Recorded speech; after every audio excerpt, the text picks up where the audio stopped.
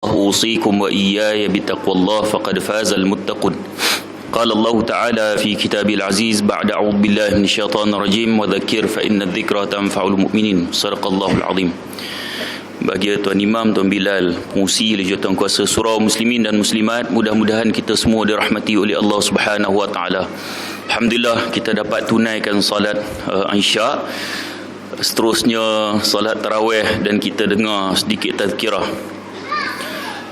Muqaddimah saya menyebut tentang firman Allah Subhanahu Wa Taala. Allah berfirman, wa dzakir fa inna dzikra tanfa'ul mu'minin, dan berilah peringatan kerana peringatan itu memberi manfaat kepada orang yang beriman. Kalau kita tengok tafsir wa dzakir, dia kata mumarasatut tadzkir, kena selalu beri peringatan. Boleh jadi hari ini saya bagi peringatan pada tuan-tuan dan hari lain tuan-tuan bagi peringatan pada saya. Dan peringatan itu kena selalu. Dan sebab itu tuan-tuan, Allah kata peringatan ini memberi manfaat kepada orang beriman. Maka ciri-ciri orang beriman, bila dengar peringatan dia nak ambil manfaat. Bagi dia dapat manfaat. Beza dengan orang munafik, dalam surah Al-Munafiqun Allah kata apa? Wa yahsabuna kulla sayhatin alaihim, dan mereka merasakan setiap teriakan itu ditujukan kepada mereka. Beza. Orang beriman kalau dengar tazkirah, dengar peringatan, dia ambil manfaat. Orang munafik kalau dengar, dia kata ni nak kata kat aku dah ni kan? Ni sikap. So hari ini bukan kita nak buat survey siapa munafik dan siapa beriman. Ini adalah medan untuk muhasabah. Sebab tak selalu kita dapat macam ni. Bila saya tengok jumlah yang sedemikian rupa, saya terfikir alangkah baiknya jika di bulan bukan Ramadan inilah jumlahnya. Seronok rasa. Dan bila saya tengok inilah jumlahnya, saya terfikir alangkah baiknya kuliah maghrib pun macam ni ramainya. Syukur sangat. Tapi orang Melayu kadang-kadang kefahaman dia perlu diperbetulkan. Sebab masa hari Isnin Maha Besar Raja-Raja umumkan hari Rabu adalah 1 Ramadan, tidak semena-mena Selasa malam Rabu itu dipenuhi manusia. Bukan surau ni je, semua surau. Hingga terkejut beruk cicak. Cicak terkejut beruk. Dia tak biasa kita ramai. Ni malam ni orang pula ramai. Maka sejarah telah menukilkan Nabi SAW, Nabi salat tarawih pada malam pertama, esok siangnya dia menjadi bahan bualan di kalangan para sahabat. Kau tahu tak semalam Nabi salat tarawih? Ada yang tak tahu. Malam kedua makin ramai. Kemudian malam seterusnya makin ramai. Sehingga Nabi akhirnya bila salat Isya, Nabi masuk ke dalam rumah. Kebetulan rumah baginda berkembar dengan masjid Nabi. Sahabat pakat tunggu Nabi tak keluar. Sehinggalah bila Nabi keluar esoknya, Nabi kata, aku tahu kamu semua menunggu aku. Dalam erti kata, Nabi kata, aku khawatir tarawih ini jadi wajib kepada kamu. Nabi takut tarawih ni jadi wajib. Maka berterusan di zaman Nabi. Begitulah keadaannya.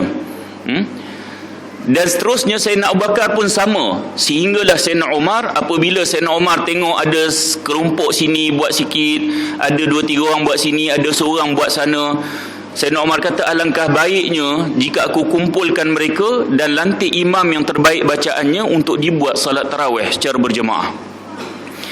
Tapi Nabi dalam bab salat fardu berjemaah, Nabi tak absent. Kita tarawih penuh, esok subuh absent. Ni masalah kita. Jika ditimbang antara dua dalil, antara tarawih berjemaah di surau dan masjid dengan salat fardu berjemaah di surau dan masjid, salat fardu berjemaah di masjid adalah lebih berat daripada tarawih. Adalah jauh lebih berat daripada tarawih. Sehingga ada ulama menyatakan bagi lelaki yang mukallaf wajib dia salat fardu di masjid ataupun surau. Ada pandangan begitu, tuan-tuan. Tapi tarawih bersungguh sangat kita. Salat fardu tak ada. Dan insya-Allah sebab saya bagi kuliah di surau ni, kan, alangkah baiknya kalau kita jumpa lagi masa kuliah maghrib nanti dengan muka-muka yang sama, kan, mudah-mudahan.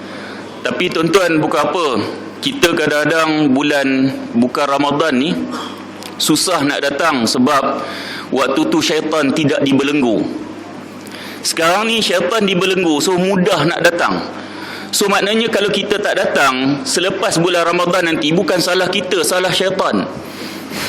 Salah syaitan kan, dia yang duk tarik kita pergi merata kan, dengan tengok TV 3 suku, TV 3 lah, berita apa semua dan sebagainya. Maka tuan-tuan akan jadi masalah untuk kita hadir. Maka saya seronok apa yang Imam sebut tadi tuan-tuan, peringatan, ambil peringatan. Tuan-tuan, berpuas dan mak sekalian, kita ni setiap, bagi orang Islam khususnya lelaki, setiap minggu menjadi kewajipan dia untuk dengar paling kurang sekali dalam seminggu peringatan, iaitu khutbah Jumaat. Dalam riwayat, Nabi bila berkhutbah, muka Nabi menjadi merah, suara Nabi lantang seolah-olah panglima perang memberikan arahan kepada anggotanya. Itu khutbah Nabi. Maknanya kalau Nabi keadaannya begitu, sudah tentu tajuknya juga besar. Khutbah kita sekarang tidak memberi peringatan. Alhamdulillah, sini khutbah jemputan, biasanya ustaz-ustaz baca khutbah sendiri, lebih baik. Bila awal-awal khatib, tajuk khutbah pada hari ini ialah Wilayah Persekutuan Maju Sejahtera. Tuan-tuan, jam terus. Tuan-tuan, jangan kata khatib yang bertugas, panggil ustaz yang paling hebat dalam Malaysia. Suaranya lantang, hebat berceramah, bagi teks Wilayah Persekutuan Maju Sejahtera, jam ustaz tu. Jam ustaz tu. Maka sudahlah khutbah tidak memainkan peranannya, kemudian kita tidak datang pula kuliah maghrib, kemudian bila buat tazkirah marah pula. Ni masalah. Tazkirah ni tuan-tuan, kita nak dekati manusia-manusia yang kadang-kadang datang surau. Ini realitinya. Kemungkinan kita sibuk di luar bulan Ramadan, seperti saya sebut tadi ni, salah syaitan kan? Maka kita nak dekati mereka ini. Di bulan biasa, bulan bukan Ramadan, tak dapat nak hadir. Maka bulan Ramadan ni, dah bila datang ramai-ramai, suburkan hati mereka dengan tazkirah. Sebab bulan Ramadan ni, hati dia lebih lembut, jiwa mudah dilentur. Bila beri tazkirah, dia mudah dengar berbanding dengan bulan biasa. Sebab tu buat tazkirah. Jangan ada yang marah bila surau dah putuskan nak buat 4 tazkirah, kemudian 4 lagi. Jangan marah kat surau. Saya nak buat 20, nak buat 20 kat rumah boleh kan? Ni tak nak buat kat surau pula, nak buat kat surau juga, rasa macam kat rumah tak sah. Ini masalah. Jangan kata 20, 36, 300 pun buatlah kat rumah kan? Dia nak paksa surau ikut cakap dia. Baik tuan-tuan, berpuas dan mak sekalian, hari ini saya nak cakap topik besar. Ni tadi mukadimah, InsyaAllah saya cuba patuh masa. Saya nak cakap isu Syria. Saya dah berkali-kali bercakap tentang isu Syria tuan-tuan, atas dasar sabda Nabi, wa man lam yahtam bi amril muslimin falaysa minhum. Siapa yang tak ambil peduli tentang urusan umat Islam, maka dia bukan daripada kalangan mereka. Kita tuan-tuan sambut Ramadan, bulan puasa ni, ataupun bulan Ramadan kita sambut puasa ni, macam-macam kita makan. Balik kerja kita membazar hingga membazir. Membazar hingga membazir. Itu tak kira lagi nak beli daging bakar, tapi hidangan daging mentah lebih menarik perhatian. Faham kan? Nak beli daging bakar, tapi hidangan daging mentah lebih menarik perhatian. Pergi bazar ni tuan-tuan, surut pahala kan? Kalau tak tengok, langgar pula tu bakar ikan tu. Allahu Akbar. Baik tuan-tuan, puas dan mak sekalian, umat Islam di Syria khususnya, mereka sedang dalam keadaan yang sangat nazak, tanpa makanan. Maka tuan-tuan, ini hasil daripada golongan Syiah yang sedang meratah umat Islam Ahlus Sunnah wal Jamaah. hasil daripada gabungan Syiah Iran, Syiah Iraq, Hizbus Syaitan di Lebanon, begitu juga datang sedikit daripada Yaman, sedikit daripada Bahrain. Mereka bersatu untuk membunuh Ahlussunnah wal Jamaah. Maka tuan-tuan, puan-puan dan mak sekalian, jadi sebenarnya apa yang berlaku di Syria, tuan-tuan, kita ambil kata-kata Ketua Biro Politik Israel. Dia kata apa? Kita tidak akan biarkan Bashar al-Assad jatuh, kerana jika sekiranya Bashar al-Assad jatuh, nescaya yang memerintah Syria ialah gerakan Islam. Dan Israel terpaksa berhadapan dengan 3 kuasa Islam. Siapakah yang dimaksudkan oleh Ketua Biro Politik Israel ni? Pertamanya Mesir, yang diperintah oleh Dr. Morsi. Sebab itu mereka berusaha menjatuhkan Dr. Morsi.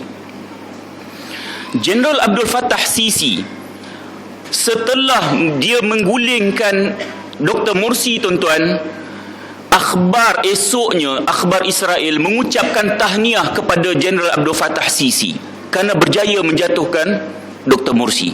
Saya share dalam Facebook saya, tuan-tuan, tentang ucapan Dr. Morsi yang sangat menakutkan Israel. Dia kata Al-Quran adalah kitab kita, Allah adalah tujuan, Rasul ikutan, jihad adalah jalan, dan kita akan bebaskan Baitul Maqdis, dan kita akan salat di Masjidul Aqsa. Tuan-tuan, ucapan-ucapan Dr. Morsi ini sangat menggentarkan hati Israel, dan mereka lah yang sangat takut dengan kepimpinan Dr. Morsi. Seorang engineer yang hafiz Al-Quran, isterinya bukan ustazah tapi hafizah Al-Quran, duduk di Pangsapuri, minta supaya duduk rumah presiden dienggan kerana nak merasai bagaimana getir dan susahnya rakyat Mesir. Hebatnya Dr. Morsi, tuan-tuan. Tapi malang puak-puak sekular ni, puak-puak munafik juga, yang didalangi oleh golongan Yahudi, sangat tidak suka dengan pemerintahan Dr. Morsi. Media, tuan-tuan, kita malangnya, media kita ni ambil daripada CNN, CNBC, Reuters, copy paste. Apa yang mereka bawa, mereka dedahkan, kita copy paste. Malangnya, tuan-tuan, media antarabangsa khususnya telah didominasi oleh golongan Zionis. Tuan-tuan baca buku The Art of Deception karangan Jerry D. Gray yang telah dialih bahasakan dalam bahasa Melayu. Dia mendedahkan bahawa media antarabangsa ni telah dikuasai oleh Zionis. Tuan-tuan, puan-puan dan mak sekalian, sebab itu bila mereka dedahkan apa-apa berita, sudah tentu mereka ada kepentingan kepada diri mereka sendiri dan akan merugikan umat Islam. Malangnya kita, tuan-tuan, umat kita ni dalam bab artis bersungguh-sungguh nak dapat berita yang paling benar sekali. Tuan-tuan tengok Melody sanggup terjah artis, kan? Terkejut beruk artis tu, buka-buka selimut wartawan, kan? Kerana nak dapatkan berita benar. Takut nanti melaporkan berita salah tentang artis. Biar rakyat tahu berita tentang artis ni berita yang benar, terjah artis tu. Tapi berita untuk umat Islam kita copy paste daripada sumber Zionis. Ini masalah. Lalu kita dihidangkan dengan berita-berita yang bermasalah. Kita, tuan-tuan, Allah ada pesan, ya ayyuhallazina amanu in ja'akum fasiqun binaba'in fatabayyanu. Wahai orang beriman, apabila datang kepada kamu orang fasik, bawa berita, cek dulu. Panggilan ini panggilan kepada orang beriman, jangan ambil tidak peduli.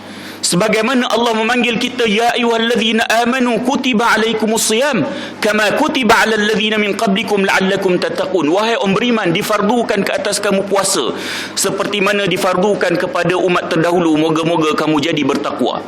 Panggilan ini kepada orang yang beriman, maka sahutlah panggilan Allah.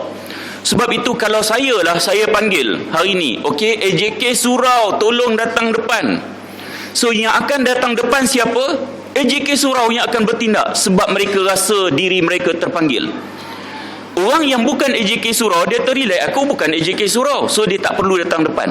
Begitulah bila Allah memanggil ya ayyuhallazina amanu, maka orang beriman dia akan rasa terpanggil untuk menyahut panggilan Allah. Orang yang tidak beriman, dia tidak peduli tentang seruan Allah Subhanahu wa taala. Bila Allah suruh cek dulu berita, cek dulu, tuan-tuan. berita telah melaporkan kononnya penyokong anti Dr. Morsi sedang berkumpul menunjukkan sokongan kepada Jeneral Abdul Fattah Sisi yang berjaya menjatuhkan Dr. Morsi. Tapi hakikatnya sokongan ini hanya di medan Tahrir sahaja. Hanya di medan Tahrir sahaja. Sedangkan seluruh Mesir, rakyat bangkit memberikan sokongan kepada Dr. Morsi. Tetapi ini tidak dilaporkan. Ini tidak dilaporkan. Maka tuan-tuan, insya-Allah Dr. Morsi akan naik lagi, insya-Allah. Kita doa tuan-tuan, Ramadan ini bukan doa untuk kita je, doa untuk semua umat Islam. Mudah-mudahan Dr. Morsi naik. Selama beliau memerintah tuan-tuan, sangat sukar dia nak laksanakan. Kerana puak-puak munafik ni masih ada dalam pemerintahan beliau. Mudah-mudahan ini adalah satu cara Allah menapis dalam sistem pemerintahan, dan selepas ini tak ada lagi puak-puak ni, dan mudah untuk Dr. Morsi melaksanakan agenda Islam. Tuan-tuan, sebab tu saya sebut NIC, National Intelligence Council, satu badan yang duduk di bawah CIA, telah membuat kajian bahawa umat Islam akan ada sebuah daulah dan akan ada khalifah. Kita tak peduli soal daulah. Tanya umat Islam apa itu khalifah, tak ambil tahu. Tetapi badan Zionis ini telah membuat kajian tentang akan adanya sebuah khalifah dan sebuah daulah seawalnya selepas 2020. Saya selalu menyebut tentang jangan kita tidak peduli tentang kajian puak-puak Zionis ini, kerana mereka bukan hanya mengkaji data dan statistik saja. Mereka juga mengkaji Al-Quran dan hadis. Seperti hadis Nabi, la taqumus sa'ah hatta yuqatilul muslimun al-yahud fayakhtabi'ul yahudu min wara'il hajari wasyajar fayaqulul hajari wasyajar ya Abdullah ya muslim min wara'i yahudiyun faqtuluh illa al-gharqad, atau kama qala Nabi SAW. Nabi kata tidak akan berlaku kiamat sehinggalah orang Islam akan bunuh puak-puak Zionis Yahudi ini. Ini bermakna permusuhan umat Islam dengan puak-puak Zionis sampai kiamat. Lalu kata Nabi, orang Islam akan bunuh puak-puak Zionis Yahudi ni, dan mereka akan berlindung sebalik pokok-pokok dan batu-batu, sehingga pokok-pokok dan batu boleh berbicara ditakdirkan oleh Allah. Kata pokok dan batu, ya Abdullah, wahai hamba Allah, ya Muslim, wahai orang Islam, min wara'i yahudiyun faqtuluh, ni belakang aku ada Yahudi, bunuh dia. Illa al-gharqad, melainkan satu pokok nama gharqad. Kata Nabi, ini pokok Yahudi. Tuan-tuan, di Israel mereka menanam pokok gharqad secara berleluasa kerana mereka percaya dengan hadis ini. Pokok inilah yang akan menyelamatkan mereka dan tidak akan bagi tahu kepada orang Islam. Mereka percaya hadis, malangnya umat Islam tidak percaya Quran dan hadis. Mereka mengkaji Quran dan hadis, malang umat Islam tidak mengkaji Quran dan hadis. Tuan-tuan, puan-puan dan mas sekalian, sebab itu Olimpik 2012, tuan-tuan tengok banyak lambang-lambang Zionis dan Illuminati yang ada pada Olimpik 2012. Dengan lampu limpah tiga seginya. Patung-patung yang masuk dengan lambang mata satunya, lambang Dajjal tuan-tuan. Kemudian begitu juga pokok tema kepada Olimpik 2012 adalah pokok gharqad. Inilah yang disebut oleh Jerry D. Gray tentang bagaimana golongan Zionis ini telah menguasai dunia. So kita perlu berhati-hati tuan-tuan. Kita menerima berita daripada mereka, sudah tentu kita ditipu. Maka tuan-tuan, puan-puan dan mas sekalian, Dr. Morsi telah memberhentikan ataupun menyekat hubungan antara Mesir dengan Syria. Beliau juga telah memberi amaran kepada Hizbullah, yang Dr. Yusuf Al-Qardawi menyebut sebagai Hizbullah ataupun Hizbul Syaitan. Tuan-tuan, Dr. Morsi juga telah membuka pintu Rafah. Apabila Jeneral Sisi telah mengguling kuasa Dr. Morsi, antara perkara yang telah dibuat oleh Jeneral Abdul Fattah Sisi ni tuan-tuan, ialah dia menutup pintu Rafah bantuan umat Islam kepada Palestin. Maka tuan-tuan, puan-puan dan mas sekalian, sebab itu isu ini isu yang sangat berkaitan kepada kita. Jangan kita harap bila puasa hanya bincang bab puasa je, harap ustaz bincang bab puasa. Ini silap. Patut bincang buat puasa 3 bulan lepas, buat persiapan tentang puasa. Ni dah masuk puasa baru nak harap kenapa ustaz duk cerita bab Syria, bab Mesir, kenapa tak cerita bab puasa? Bulan puasa inilah Allah telah memberikan kepada banyak peperangan, ya Allah berikan kemenangan buat umat Islam. Maka tuan-tuan, puas dan mak sekalian, jadikan Ramadan ini adalah Ramadan kemenangan, bukan buat kita sahaja, bahkan kepada umat Islam seluruh dunia. Mudah-mudahan Mesir, Dr. Morsi perintah balik, Syria akan jatuh kepada gerakan Islam, Bashar Assad akan jatuh, dan tuan-tuan, insya-Allah Allah akan lorongkan kepada sebuah daulah Islam yang menuju kepada sebuah khilafah. Tuan-tuan, puas dan mak sekalian, ini adalah doa kita, dan pastikan doa ini masuk di dalam setiap doa tuan-tuan di bulan Ramadan ini khususnya. Jangan fikir diri sendiri saja, fikir umat Islam keseluruhannya, kerana Nabi sebut siapa yang tidak peduli kepada urusan umat Islam, maka dia bukan daripada kalangan mereka. Mudah-mudahan pertemuan kita ada manfaat. InsyaAllah jika diizinkan, saya berharap kalau tak ramai ini pun bertambah 10 orang lagi. Kalau tak ramai ini pun bertambah 10 orang lagi. Kita tak target ramai tuan-tuan. Kita dah berapa banyak kali Ramadan. Namun setiap Ramadan jumlah di surau orang yang sama yang akan datang. Di mana manusia yang pada Ramadannya cukup jinak dengan masjid dan surau. Maka sebab itu Dr. Yusuf Al-Qardawi kata, jadilah hamba Allah, bukan hamba Ramadan. Tuan-tuan, jadilah hamba Allah, bukan hamba Ramadan. So saya target 10 orang akan bertambah di surau ini. Ini target saya tuan-tuan.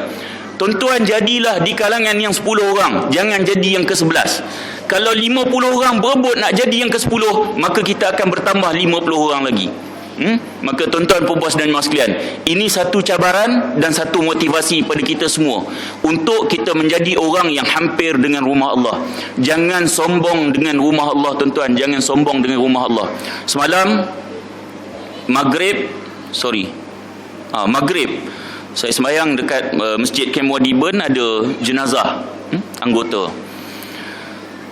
Tuan-tuan, bukan nak cerita hak jenazah tu, nak cerita kita semua. Orang Melayu ni biasanya kalau mati nak bawa jenazah mari surau. Tak wajib datang surau tuan-tuan, buat kat rumah tak apa, tepi jalan sah sembahyang. Bagi manusia-manusia yang sombong dengan rumah Allah, sangat jauh dengan rumah Allah, tapi kedai kopi 3 kali sehari, jenazah dia bawa kat kedai kopi je, jangan bawa sini. Tuan-tuan, betul, nak pergi kedai kopi 80 kali sehari pun tak apa tuan-tuan, tapi dekat dengan rumah Allah ni. Jangan sombong sangat tuan-tuan. Datang rumah Allah, insya-Allah ada barakah. Para isteri tolong paksa suami pergi salat berjemaah secara yang fardu ni, paksa dia. Jangan duk harap abang jadilah imam kepada saya. Kalau tak imam pun nak mengimami isteri dia, tak ada siapa datang surau ni. Tuan-tuan, maka paksa, percayalah di rumah Allah ada barakah. Yang suami datang ke rumah Allah, ayah datang ke rumah Allah ini, dia akan bawa balik barakah daripada rumah Allah ni ke rumah dia tuan-tuan. Mudah-mudahan pertemuan ada manfaat. Kasar bahasa sekali lagi mohon maaf. Wabillahi taufiq. Assalamualaikum warahmatullahi wabarakatuh.